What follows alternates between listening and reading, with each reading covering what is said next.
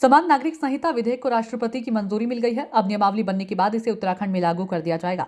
इसको लेकर उत्तराखंड मदरसा शिक्षा परिषद के अध्यक्ष मुफ्ती शमून कासमी ने प्रधानमंत्री नरेंद्र मोदी और मुख्यमंत्री धामी का आभार जताया।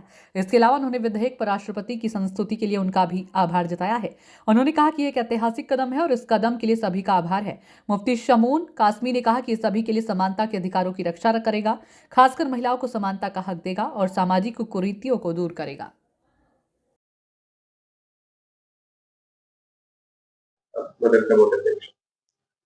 माननीय मुख्यमंत्री श्री पुष्कर सिंह धामी जी यूसीसी की पहल उन्होंने की है देश के अंदर।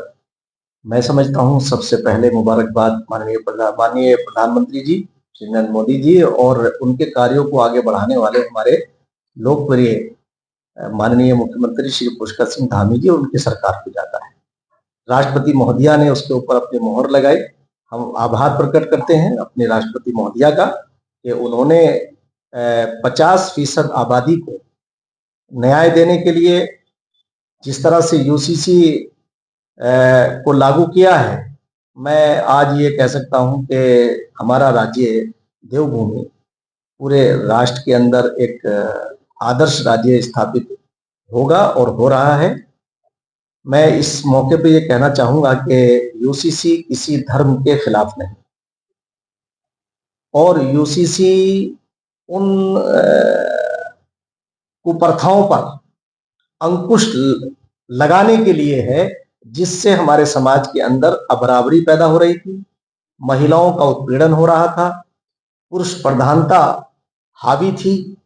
जब बराबर का हमारा दर्जा जिसे पैगंबर इस्लाम हजरत मोहम्मद साहब ने तो 1400 साल पहले जब महिलाओं का सम्मान नहीं था, उन्हें जिंदा दरगोर कर देते थे, उन्होंने उस वक्त भी लोगों को रोका और समाज को चेताया। मैं आज ये समझता हूं कि आज मोहम्मद साहब और उनके अनुयायियों की रूह भी खुश हो रही होगी कि जिन महिलाओं के उत्थान के लिए उन्होंने शुरुआत की थी, आज ये सरकार उसे आगे बढ़ा रही है।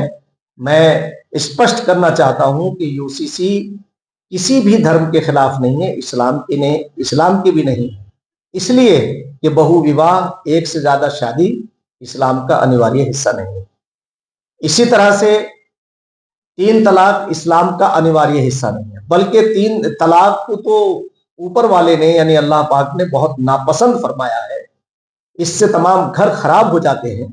तो मैं समझता हूं कि इन कुप्रथाओं पर अंकुश लगेगा और जितने भी प्रावधान यूसीसी के अंदर हैं, मैं उनका उल्लेख अनेकों बार कर चुका हूं। बस इतना कह सकता हूं कि कोई भी ऐसा प्रावधान नहीं है कि जिससे किसी भी धर्म के ऊपर कोई ऐसा प्रश्न चिन्ह लगता हो, और अगर कहीं कोई ऐसी चीज उसमें है तो मैं समझता हूं कि माननीय मुख्यमंत्री श्री पुष्कर सिंह धामी जी अनेकों बार ये बात कह चुके हैं कि संशोधन का रास्ता खुला हुआ है।